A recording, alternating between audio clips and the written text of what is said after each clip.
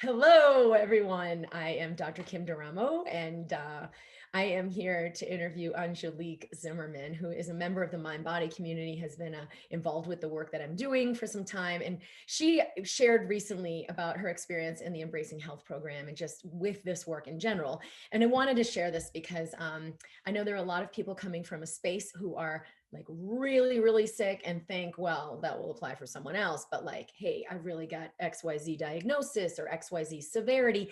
And then it can be hard to overcome the thoughts we have in our head about conclusions, about how intense things are, and think like, well, this isn't going to help me. I can't get better. And Enjolique shared a really beautiful testimonial the other day about her experience. And I thought, I want more people to see this and to feel this and to really receive the inspiration that this is, to come from a very severe illness, lots of different diagnoses, feeling frustrated, and then actually come through the journey, choose it to begin with, which is a big deal. Like, what is this Embracing Health thing? And what is this work about? And then actually come through the journey and commit to it, and then receive such incredible shifts and changes in your health and your life. So thank you for being here. I am really, really excited to connect and share this. Thank you for having me. I'm so excited to be here and to share this message with you that you want to get out, that like healing is possible and it's for everyone. And I mean, I was among the non-believers, and now I'm sitting here feeling better than I probably have in my entire life. So it's a big deal. Yeah. Well, why don't you start with, where were you? What was your journey like? What was it, like to go through? What were the diagnoses you had? And I want people to really feel into that, because especially the hopelessness, the despair, like what that experience was like in the start. Absolutely. Remember, It's texting been me a away, because I like to write these things down. It has been a very long journey for me. Ever since childhood, I could look around and see that I wasn't, like other children. Physical activity was painful for me. It was exhausting. I didn't really play the way other kids played. I had these recurrent infections that would get worse and end up landing me in the hospital. I had digestive issues, urinary issues, fevers that led to dehydration that would land me in the hospital, just all sorts of weird things that we couldn't really connect any dots to at that point. It continued into my teens. My dad passed away when I was 12. So anxiety and depression kind of got thrown into the mix at that point. Again, though, I just continued to be exhausted all the time. I had terrible joint pain. I experienced my first dislocations when I was a teenager, trying to do cheerleading and not knowing that that probably wasn't the best choice for my body at that time. Still just not able to keep up with my peers, but managing. And then I ended up in the hospital for a week with viral meningitis. And after that, there was less and less time between things going wrong in my body. There was less breaks between. It was kind of just like a cascade of illnesses and diagnoses after that. So I started to get chronic migraines after the meningitis. I was hospitalized for breathing issues, was put on heavy duty steroids. An ileus, like my digestive system was paralyzed for a while. I had appendicitis. When I became pregnant when I was 25, it actually resulted in my son being born at 34 and a half weeks with a placental abruption.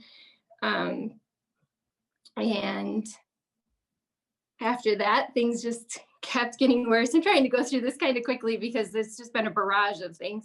It's helpful because I even had someone email the other day, like, I've had chronic ileus. Can this work help me?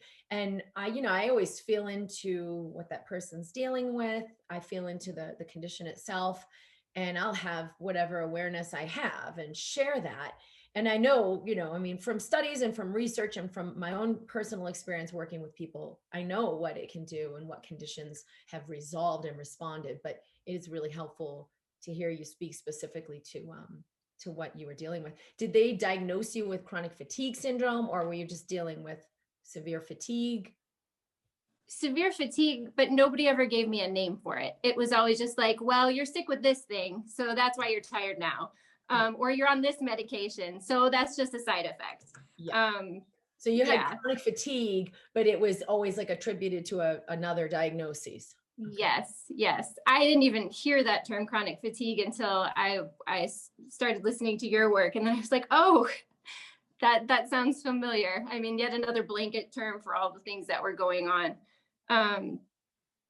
After my pregnancy, my breathing issues got worse. They turned into chronic lung infections. And from there, I started to develop like bluish purple spots all over my legs. So they sent me to a rheumatologist, and they diagnosed me with Churg-Strauss vasculitis. So what did they diagnose you with? Churg-Strauss vasculitis. And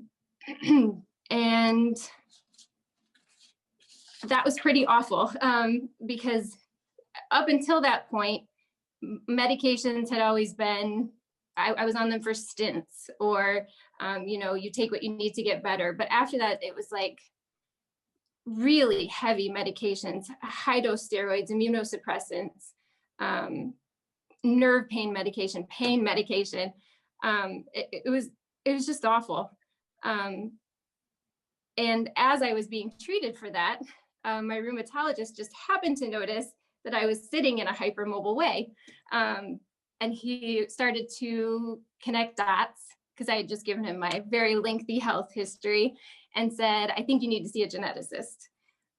So they sent me to the geneticist, and I was diagnosed there with Ehlers Danlos Syndrome, which ends up being like the motherlode diagnosis. It gives a name for the monster. I mean, for everything that I had experienced up until that point. Well, and that's a really interesting thing. Like for me as a physician, we learn about Ehlers Danlos. It's, connective tissue issue. People are super, super stretchy and flexible. I have a lot of flexibility. So I kind of looked into that at the time, like, do I have that? And you don't necessarily learn a lot about the illness that comes along with it. So I can see how this kind of like, maybe you identified a little with like, oh, I have this thing. And that makes sense now why, the whole universe of all these random illnesses I've had, and the autoimmune disease, and your whole life being sick. Totally. And it was really bittersweet to get that diagnosis, right? Because all of a sudden you have this validation, but it also comes with the message, there's something intrinsically wrong with you. You were born with this. You won't ever get past this. Let's focus on putting out the fires as they arise, and hope for the best. We'll try to make your life as good as we can. Right. To manage disease, which, if you get a diagnosis in the allopathic system, it, like you said, it can be it's a double-edged sword. And so what I want to invite people to remember is, you don't need to buy into the conclusions that go along with that disease, the diagnosis, or the syndrome. Great, they call it this. Great, they have some awareness about it. But it actually doesn't mean anything about why you're struggling or sick, or what can be done to help you heal and be better. And it doesn't necessarily mean anything about the course of your life, how this is going to go, what you have to do or can't do at all. And I know I'm saying a big statement by saying that, because there are a lot of conclusions that go along with having diagnosis. And so just feel into your own body, light or heavy. When I got the diagnosis I got with this really severe autoimmune disease, I immediately was like, whoa, this is like doomsday. And here's the rest of your life and what you can and can't do. And you'll always be on medications. And I was like, is this actually true for me? And I just felt into light or heavy, like your body will not lie. And if it's a heaviness of like, I have this and therefore blah, blah, blah, blah, it's always an indication you're buying into a lie. You're buying into a limitation that's not true for you. And so for me, it was like, okay, fine. I'm not saying I don't have these lab values and blah, blah, blah, and it equates to this diagnosis, but I'm not going to buy into I have this condition and therefore, or I have this for the rest of my life, or this is who I am, or any of the conclusions that go along with it. It's a condition I'm in right now, and what else is possible. So just to interject that in this point in the story, that if people are experiencing that, it doesn't necessarily mean what a conventional doctor might be making it mean. Totally. And I wish that I had been in a place where I understood that then, because it would have saved me so much time and effort trying to symptom manage and just accepting my fate. And then, you know, from there, you're in like this, at least I was in a state of like hyper reactivity, like, oh gosh, these things have happened in my past. They're telling me they're never going to get better. I need to give all my control over to the doctors who know better than I do, which is what I'd been doing my whole life anyway. I'd been conditioned to do that. But when they come at you with this big diagnosis, it makes you feel kind of small. And you're like, please help me, please fix me. Yeah, especially when people have the awareness that the body can heal itself, the mind and body are connected, but then they put those two things in separate piles, like, oh, well, that's all well and good, but I have this thing. Oh, that's all well and good, but that doesn't apply to me. And you've got to bring it back together. Like, okay, I'm getting this information, but is that the perspective that's going to be most helpful for me, right? Because the allopathic world, the conventional approach is an approach. It's one approach. It's one way of seeing the body. And from that standpoint, we're not educated at all with anything about why the body really develops disease and symptoms and syndromes, or what it takes for the body to heal. What we do learn is how to medicate and put a Band-Aid and decrease symptoms. And it's awesome. It's an awesome model for an acute illness, for an acute injury, for an acute situation. That's why I trained as an emergency medicine doctor. It is amazing. And it's really limited when it comes to a chronic condition where, okay, hey, this is all we got for you. We can put a Band-Aid, but maybe we can look outside that model for a perspective of what will help me heal. Absolutely. I know that's what we're doing yourself. So what happened next? So you're in this space where you gave all your control to the doctors and trying to manage the symptoms. Where were you at that time? And how old were you? I was, let's see, I was 26, 27, right around there. Okay. So all I got really from handing my control over to doctors was more medications and more doctors. I think I referred to it as a nasty hybrid game of ping pong and dominoes, because it's like back and forth to different specialists. Everybody has a different opinion. We'll throw this medication at you. It causes these side effects. Let's give you more medication to try to make that better. So at my worst, when I kind of reached my breaking point with medications, I was down to 90 pounds. I lost the last job that I had because I was taking gabapentin, and it just gave me this crazy brain fog, and I couldn't function. I had always had a hard time keeping jobs up until that point, but it just wasn't manageable anymore to try to continue. So somehow I was able to emerge from the Turk Strauss. Well, I should say that the immunosuppressants started to give me really bad thrush. And I just had nasty reactions to the medications. So it was the first time people started taking me off of things, and to kind of just see if the alternative was better. And it was. And I got to the point where I felt like a fog lifting as I was kind of discontinuing medications.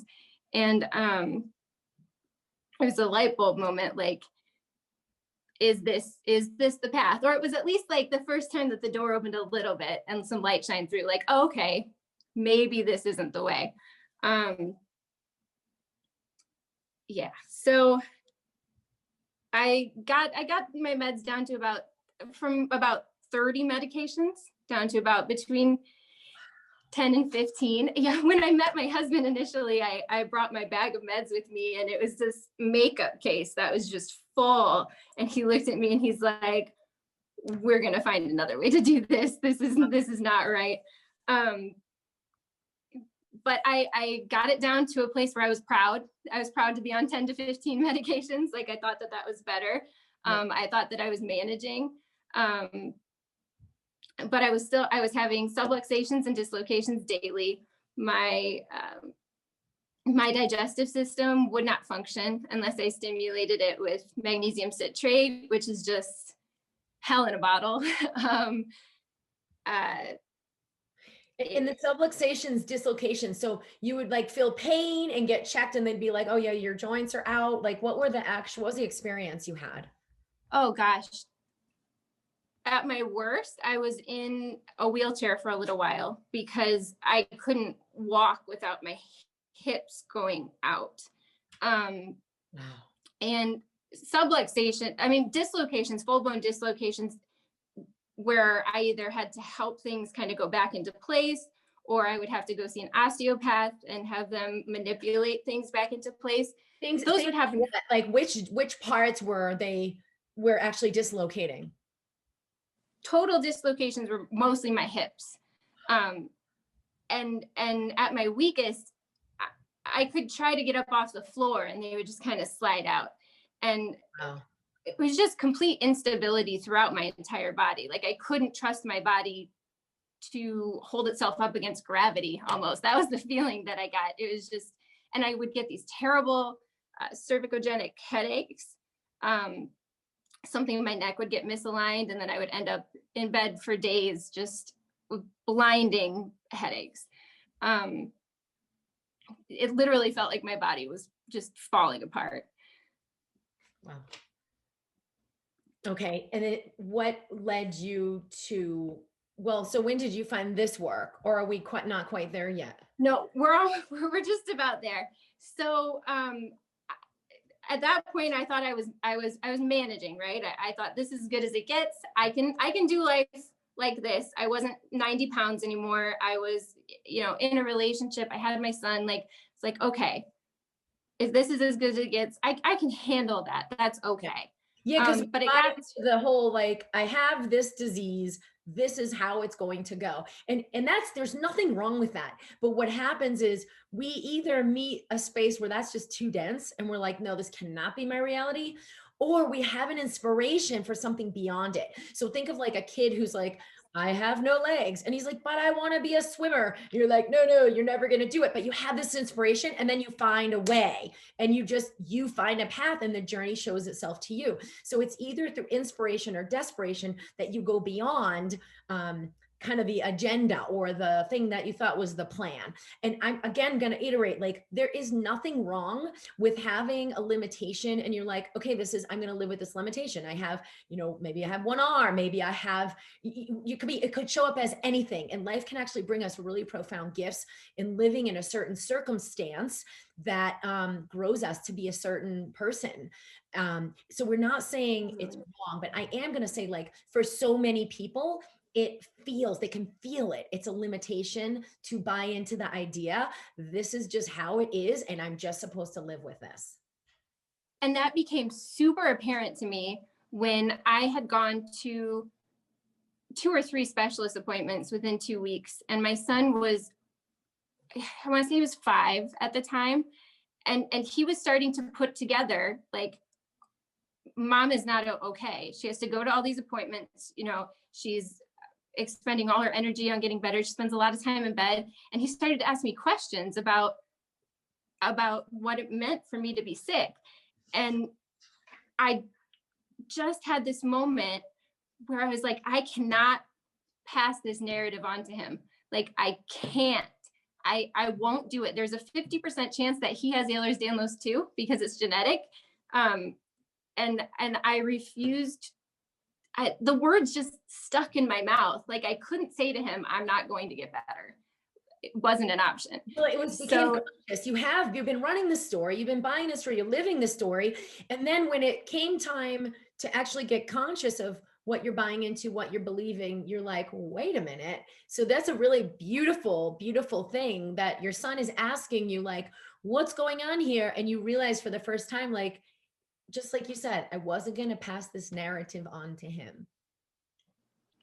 I We don't couldn't. I necessarily do couldn't. it for ourselves. We're like, yeah, Kim, you can live with that. But to your kid, and that's when so much big love and big courage shows up. So I give people that key a lot, is to find curiosity, right? What's possibly beyond this? What else is possible? The doctors say blah, blah, blah.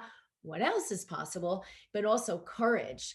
And especially through your love of your child, like it will give you really great courage to go beyond the model of what you were shown. Totally. Nothing stronger. And to answer your question, that is when I found your work. When I was like, there is another way. I'm going to find it. And I came upon your YouTube videos, and I mean, the rest is kind of history. Well, and I want to read a line from what you wrote in the post in the mind body community, because Sure. I felt this cellularly and like teared, and it was so powerful when you said, I knew there was more available to me than life as I was living it. My disease wasn't a mask, because you'd said above, it was like this mask that I had to figure out how to take off.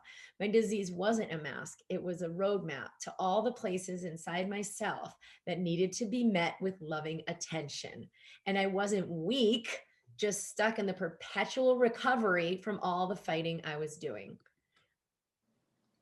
99% of the people I work with, that is the exact thing. Like they may not have the awareness of it yet, but that is, and they're like, I'm exhausted, but I'm resting all the time. But you don't realize you're in like a constant recovery from all the fighting you're doing against your disease. Yes. Yes. A million times yes. Well, what was it? Because this is really why I want to interview you. What was it that had you actually hear this and receive it as something beyond? There's two things people will do to bump this when they're at that stage is, you're telling me it's my fault that this is happening. You know, once they understand your mind and body are connected, your body can heal yourself. But in the consciousness we're in at that stage, it's like, whoa, you're not going to tell me this is my fault. And they bump it out because it seems like this is just too la la, airy fairy. And the second thing is well, it's for her, but not for me. I'm too sick, or this is real for me. And yeah, she doesn't get what I'm talking about because I have a real severe situation. So I wanted to hear, how did you find your way beyond those two kind of objections that keep so many people out of this realm? I think that I dove into the work and I agreed to suspend my disbelief for a little while, to like put my whole heart into it and just see, because nothing else, nothing else had worked or made me happy or was allowing me to live this vibrant life that I wanted so badly. Nothing else was working. So I told myself that I had to go into this with an open heart and an open mind. And then I did. And I started with just one or two tools. Instant elevation tool was just a big one for me. I practiced it over and over. And I saw results. Like I saw real things happening for me. And I learned how to, the importance of bringing my energy and my awareness into the present moment and not being worried about everything that happened in the past and everything that was going to happen in the future. And in those moments, there's something inside of you that you can feel happening that's really hard to describe unless you give in and experience it. But it was just like I had to surrender because fighting wasn't getting me anywhere anymore. So it sounds like you said, you suspended disbelief. That's what I'm talking about when I invite people to just go to curiosity, not fix it, figure it out. All right, I've got to understand it, because a lot of times we want to understand it before we embrace it. And that can't happen. That's not how your mind works. Your mind can't actually let in any new information when you're in fight or flight, fear / prove it to me. Can't happen. You've got to be in, like you said, suspend the disbelief. You got to pause, you got to open. And that's what I call curiosity. So if all you do is go to what else might be possible here, that I don't understand? What else might be possible here beyond what I've been told is possible? What else might be possible that I could receive right now? You will open to something greater. And that does let your mind begin to see something you couldn't see before. And that does let your body physiologically change very powerfully. Yeah. And then when your mind gets on board too, it's like, woohoo, we're on the train's going, right? But curiosity was key for me. When I first started the Embracing Health program, I actually changed my profile picture to Alice in Wonderland. Curiouser and curiouser. I was trying to I was just all about that, and asking myself better questions, like you say. What's right about this that I'm not getting? What could this mean that hasn't been directed to me at this point, that maybe I have the answer to in here, Oh, and I love that you are aware it's in you. Like, I'm not giving you something. So many people will come to work like mine or other people, and it's like, give it to me, give it to me, give it to me. And the one thing I'm always inviting people to is you've got to get out of the graspiness of the conclusion, I'm in need, I'm incomplete, I don't have, and just 2% open into, I am already abundant. What would it take to receive more? And then we really receive the wisdom in ourselves. And that is all I'm pointing people to with this work is like, no, you are powerful, you are sourced, but you're not connecting with that part. You're disconnecting unconsciously, of course. So what would it take to, if you were whole and you did have this power coming through you, what would it take to open to that? So that's where it's really about receptivity instead of give it to me, give it to me. Like, if all I do is open, more is going to come through. But if I'm so busy trying to grasp and fill the hole and like escape pain and fear, it's going to keep eluding me. Totally. And I was in that space when I first started Embracing Health, where I was kind of just, Yeah, I thought that you were the cure. That's where they are when they come. They're willing to see something different, but very much in that exact space of fear and let me escape. Especially when you've been conditioned all of your life to hand control over to someone else. The doctors have the answer, right? Dr. Kim must have the answer. And you do have the answers, but you're a way shower. You're not the way. You show us the way, and you make it a path that's easy to walk if you're willing to come to the path with an open heart. So did you start with the Embracing Health, or where did you start with this work? I started with the YouTube videos, and I immersed myself in that at first until I was just 100% sure, like I couldn't fight it anymore. Like, this was what resonated with me. And, for me, the initial cost of the program was a lot in my world. I've been disabled and not working for a long time now. So the cost, it was a lot to me, but it got to the point where the cost of not doing it was worse. And I just knew that there was no dollar amount that I could put on the changes that I already saw happening. So to immerse myself in that work in a guided way for a whole year, it made all the sense in the world to me. I couldn't say no. Will you share, like you did in your post, what it's like now?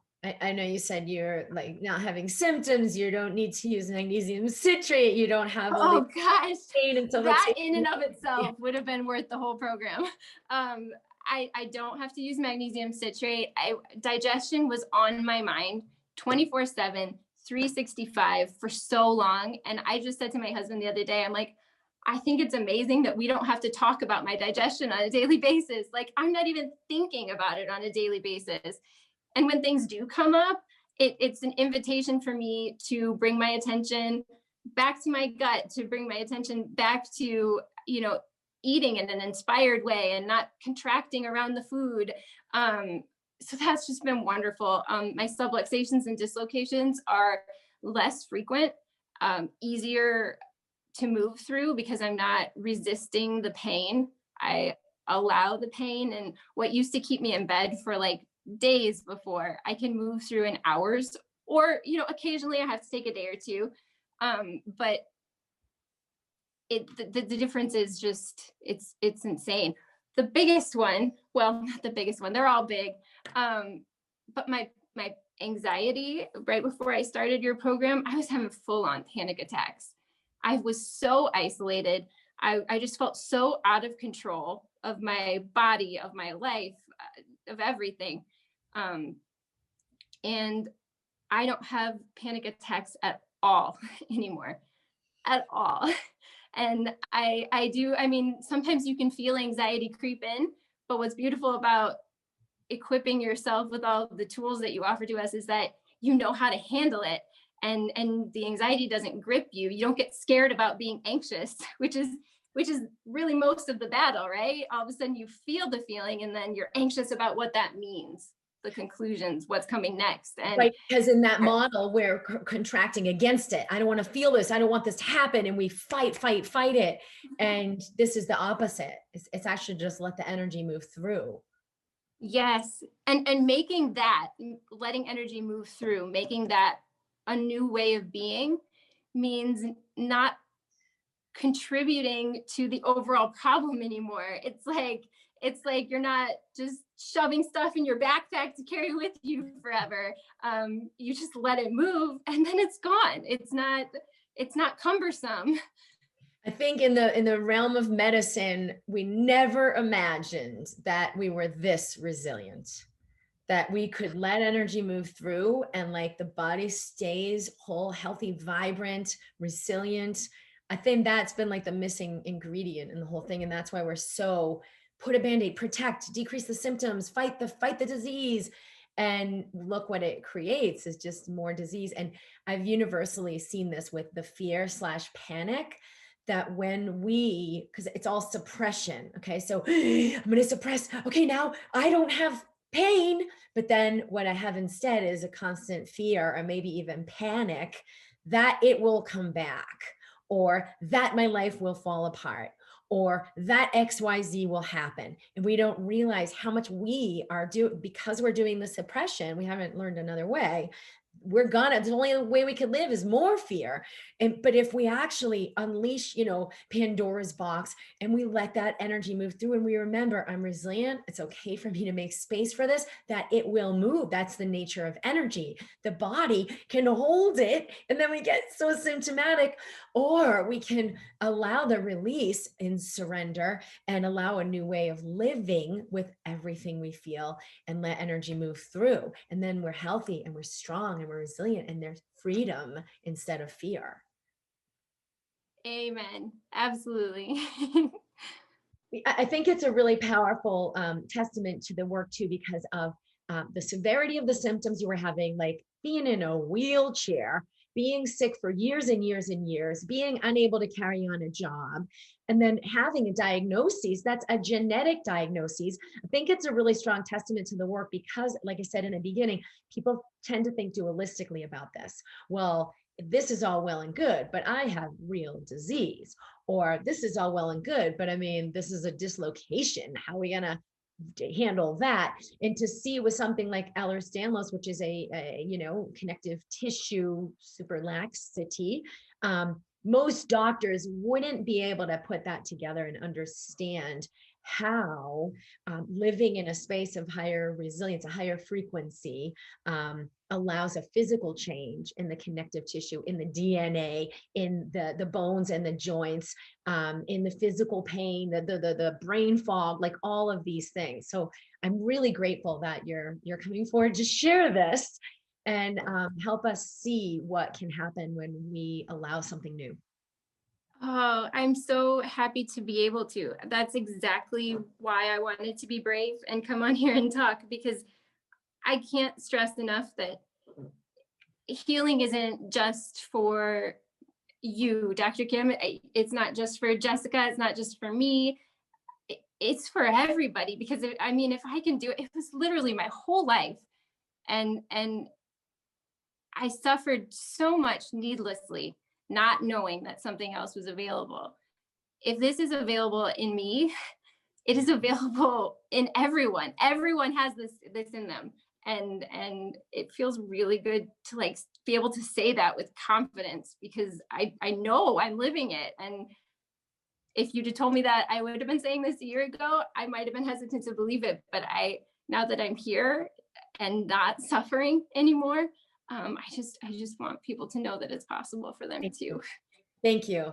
I think also like the serenity of where you're living is the most powerful part. It's not but I hope it doesn't come back. Like, do you even have that? When there's a knowing of how to be in resilience with life and let life move through. Maybe you feel a little pain, but you know how to let it move through. There's no longer that fear of where it's conditional, like, I feel better. Oh, thank God I'm here and not back there, where it's hierarchy. That's a big thing in the medical field too. This is not hierarchy. This is wholeness.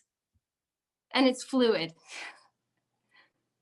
Yes. So I would say just because when we share this video, there may be people new to this work or new to me who are like, where do I start? Or what's this Embracing Health program? I would, and you can see where this resonates for you and what you would recommend, but I would have people start with the Mind Body TV broadcast. It's live every Wednesday at 11 a.m. Mountain Time in the Mind Body community in Facebook, in my YouTube channel. Where there's questions and there's a lot of stuff like this that comes up. They're recorded, so you can go back through all the archives that we've got on different topics, different particulars, and just receive that. It's free. So many people have moved into a higher consciousness and a higher awareness of what's going on through that work. The Instant Elevation program, you mentioned the Instant Elevation as well. That's like a home study. You can do it on your own. You learn some really basic ways of connecting with your body, moving into the symptoms, not away from them, which can be really scary otherwise if you're like, I don't get what's happening here.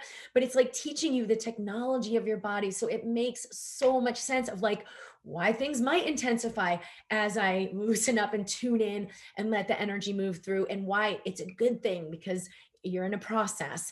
And if people do want to work with me live, the Embracing Health program is amazing. You're immersed in a deeper way through the year of really letting the doubt and the fear release so that you receive so much more and access your power. And that we run each year. We're starting it in the end of May this year. If people want to work with me live, that is available. There's one other thing I wanted to say that I noticed you talked about too. We kind of called it out of what had you step into this with the curiosity of like, wait a minute, put a pause on the fear. What else is possible here? And like, I make that analogy, like, you're running from the dragon. I got to keep going. I got to go. And you can't pause because the dragon's going to eat you. But if you just get curious, you're like, wait a minute. That does allow a pause. And if all you do was that, you just stop fueling the dragon because you're fueling the dragon and the escape, the disease and the remedy. But if you pause, it allows both of that, like the whole picture to start to dissolve. But the other major piece, because I see it as like two pieces, is courage. I'm willing to look beyond what I already know. I'm willing to move on to something I don't understand. And a lot of people, when they've been disappointed by, oh yeah, I tried that thing, that got me nowhere. Or yeah, so-and-so said this would help me, but it's all hype. We can get hardened and we stop finding the courage to choose something new. And courage is love. And it is through the courage and curiosity. Like, it was your son who you love more than life itself. Like, there's great love there. And that is when we're willing to go beyond our own thoughts and conclusions, our own thing that I'm so sure if I stop running from the dragon, I'm going to die. But we're willing to go beyond it because of love. So those are kind of the two pieces I would invite people to play with, is where am I willing to go beyond what I imagined? And even though it's scary, because I have great love for whatever it might be, and to pause and let curiosity come in, because that will shut off the fear. Totally. And when you enter the state of curiosity and you enter the state of stillness, all of a sudden these options that hadn't even occurred to you before, they come into your world. Like, can I just turn around and love the dragon into submission? Like, can I pet him instead? And can we make friends? Can we find some peace? I don't have to run. That's huge. I mean, it doesn't even occur to you until it occurs to you. But once it does, that's the invitation to keep going. So what would you say to someone as far as where they might start with this journey, or maybe similar to what I said, or what would you recommend? I totally agree with what you said. Start in the mind body community and just listen to the message, post on there. People are amazing. You always get back to people. Just enter it with an open mind and let yourself feel what you feel. You'll probably feel it resonate. And then, maybe that's just enough to get you to invest in one of the lower investment programs where you get tools that open you up even more. And then, for me, embracing health was just, it was the best thing since sliced bread. So if people want to skip right to that, they can. But if they're not ready, like, there is nothing wrong with going in increments, and your body is going to give you all the reassurance that you need to take the next step. All right. So last question. I would like you to speak a little bit to the person who, and particularly in your journey, like what energies came up, because you had like physical pain, fatigue, but there had to be despair, powerlessness, fear. I know that it's only when we meet these that the body can really heal. So I would like you to particularly speak to that person who's like in the depth of that powerlessness, despair, and they're like, maybe they can't even really hear this. Hello. And then we have a little pause for a sec. Hello. Hi, buddy. You gonna go for your nappy? That's Enjolique. She's beautiful. Oh, hi, sweetheart. We love you. We love so many people. Hi. This is G. Hi, honey. Did you have a good nap? No, I don't want a nap. No, he doesn't want to nap. Oh, yeah, I understand. All right, we gotta go. Mama's gonna. All right, I love you. I love you. It's okay. Sweet. Just once, Mama. Home, and it's still once more. Like we'll have lunch together, and it's so sweet. He's such a lovey baby. Oh, it's the biggest gift to be at home with them, isn't it? Yeah, it's incredible. I'm sorry. Oh, so back to your question. I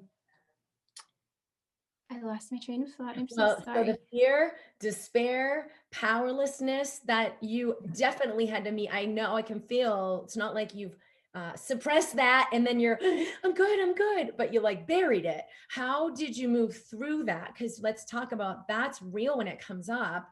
And what would you say to people who are in that space? Stay present to it. Be a friend to your fear. Like sit with whatever fear you have, like it's your child and there's a storm. Like just be with it. Because it's the resistance that keeps it in place. So if you can bring yourself into the present moment, even when it's painful, and I know that that's hard when you're in pain or you feel like your life is in somebody else's hands, or it's just, things are out of your control.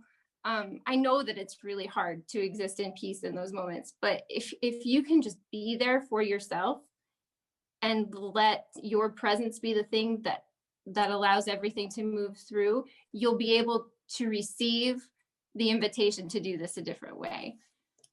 And will you speak to like, what was the greatest depth of that you met? Because I think people will hear, oh my God, she was in a wheelchair. Oh my God, she couldn't work. She was so sick, and all the other kind of physical, but I would like them to have the awareness and the touch in to the depth of how real this was for you.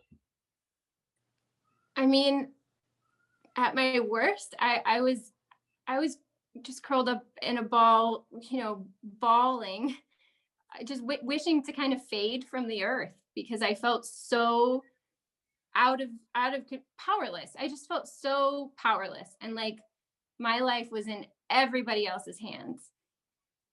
And it's awful. That's an awful place to be. and it's a scary place to have to meet yourself, but that's all that's required. Thank you. Thank you. I don't like to keep it light and fluffy because that isn't what's real. You know, it's like, this is very intense. To meet the depth of what arises when we do open is no freaking small joke. And it will have us go, oh, wait, she couldn't be talking about this. Certainly I have to suppress this. And it's like, no, even this, even the deepest shit that's going to come up and scare the crap out of you and say things like, you'll never make it, or if you open to this, it will destroy you, or it gets really dark. And so I wanted to call that out because, you know, the light we are when we're willing is more powerful than all of it, no matter what is arising. So thank you for moving through that journey, because I can't imagine that was you know, just like in a day or a simple thing. And you know, here you are to share how powerful it really is.